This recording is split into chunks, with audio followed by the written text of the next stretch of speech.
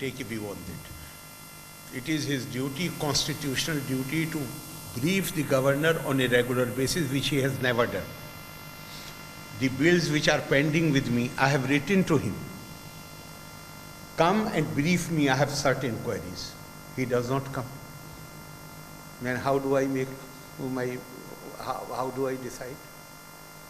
Now I am saying, let him come with the ordinance, not exactly with the ordinance, send the ordinance first so that I read it. I am not going to sign any document without applying my mind. And if I have some queries, then come and brief me. He is doing it only for optics. He knows he cannot do it. Why they did not do it last time? Because they know UGC, they depend heavily on UGC.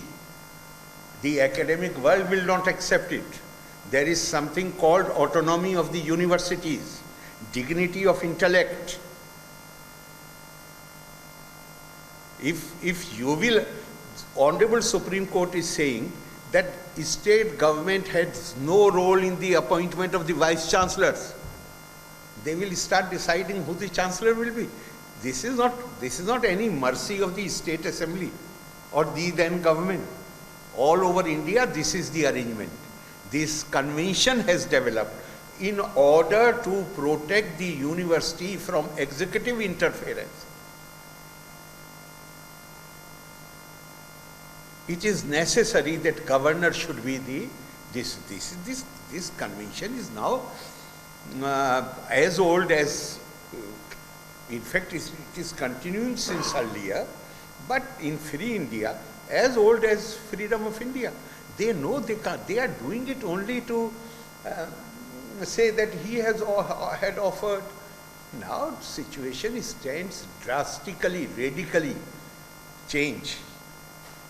As was Supreme Court judgment. After Supreme Court judgment, so many doubts have been cleared. Supreme Court judgment does not envisage any role for the state government in the universities.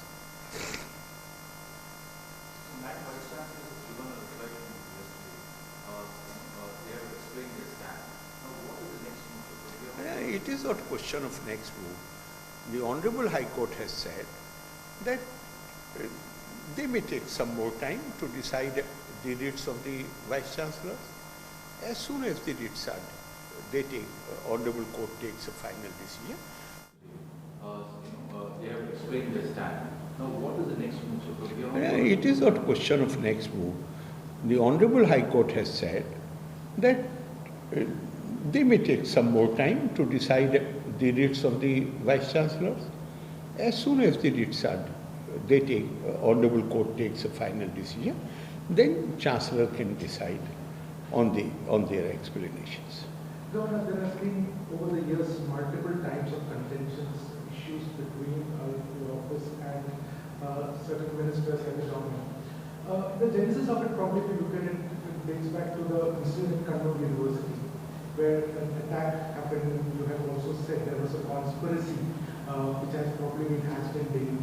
Now, it's been over 3 years, the state law enforcement is sitting on it. Yet, have you approached the center for help in a time like this when the state law enforcement is not even willing to file an FIR of the first citizen of Kerala? It's a grave offense that has been committed. So have you taken it up to... No, what you are saying is not right. We have not lodged any complaint, and there was no need to lodge any complaint, because this is a cognizable offense provided under IPC. Why we should lodge any complaint? And don't expect that governor will act on these small matters. These are all indications of the beginning or the instances which at some point of time, the tipping point will come. This is clear-cut omission of duty on the part of the government. Somebody raising slogan against the Chief Minister inside aircraft is booked for attempt to murder. You reach the cabin only after thorough security check. Mere slogan raising is attempt to murder. And in Kannur,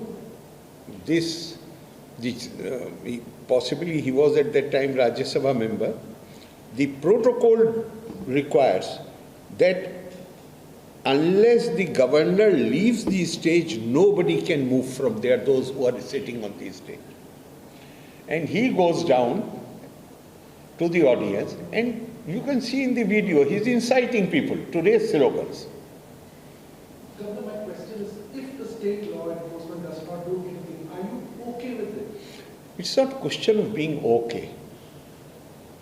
You keep record of all these things.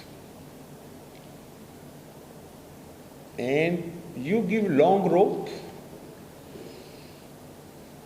That's an attempt on your life. I won't say that, because they had known what the consequences would be. They had staged this drama so that I become scared and do everything at their bidding. I won't say that. Because it was not just people in Delhi were aware that this is going to happen 3-4 days before the actual incident. You mean this was an intelligence input? Not intelligence input. Intelligence input must have been there. I am telling you about somebody who was additional secretary in the Human Resource Development Ministry. He came to see me and he said, Arif, what the Kerala intelligence was doing. We were aware 3 days before. And this decision was taken 1 day before that, and we came to know next day. So this was a pre-planned. The purpose was not to make an attempt on my life. Purpose was to scare me. I become fearful. I do whatever. And you were saying issues. What issues are there? Except the university. Any other should tell me any issue. University is not their responsibility. So they were all the time interfering in the matter of university, which I resented. And interference was not in the sense that you are trying to do something good for the development of the university. All interferences appoint this relatives of the CPM leader in this position, appoint this in this position. All interest is in appointment. That I resented. So, day before yesterday, there was a press conference in Ernakulam guest house, and two of the media houses were asked to move out. So, don't you think that this was selectively targeting two media houses? Okay. Because there was widespread outrage. Yes. Especially within the media. I do not know if it was really outrage, but people were surprised by it. I agree. I am not ready to make a distinction between CPM and Kerala. And CPM is a party which believes in the legitimacy of violence. And Kerala, Mr. Prince is here. It is one thing that I am speaking to you and somebody tries to interpret it differently. Here we send a tweet and they replace the word in the tweet. Is it media people will do it? They are not media. They are only publicity unit of the CPM. I don't accept them as media. Governor, interestingly, yesterday the Kerala Union of Working Journalists took out the march in the large program. They even said it was a bad issue, but today you gave an interview to 5 of the channels also. Exactly, more than that. Even the media is doing optics. No, I had said it yesterday only. Yesterday, 2-hour-long interview, I said, very senior journalists or media people, they have called me and they have said to me that this is regarding Kerala. We have to operate in Kerala.